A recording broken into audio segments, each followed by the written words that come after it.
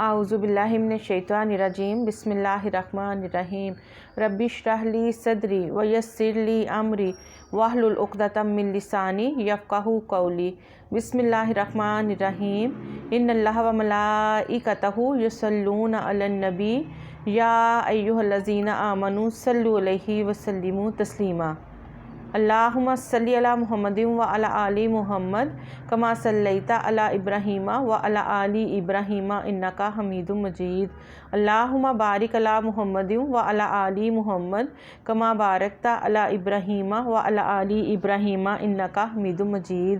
السلام علیکم ورحمۃ اللہ وبرکاتہ۔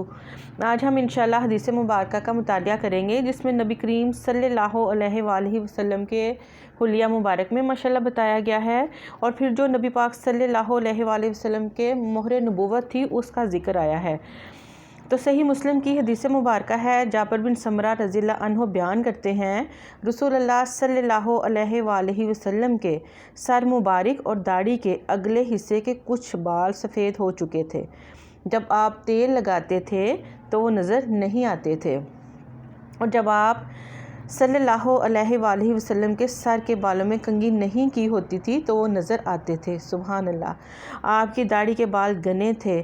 جابر رضی اللہ عنہ نے فرمایا، آپ صلی اللہ علیہ وآلہ وسلم کا چہرہ مبارک سورج اور چاند کی طرح چمکتا تھا، رخ انور گول تھا۔ سبحان اللہ۔ میں نے آپ کے کندھے کے پاس مہر نبوت دیکھی جو کہ کبوتری کے انڈے کی طرح تھی، اور وہ آپ کے جسم میں اطہر کے رنگ کے مشابہ تھی۔ سبحان اللہ۔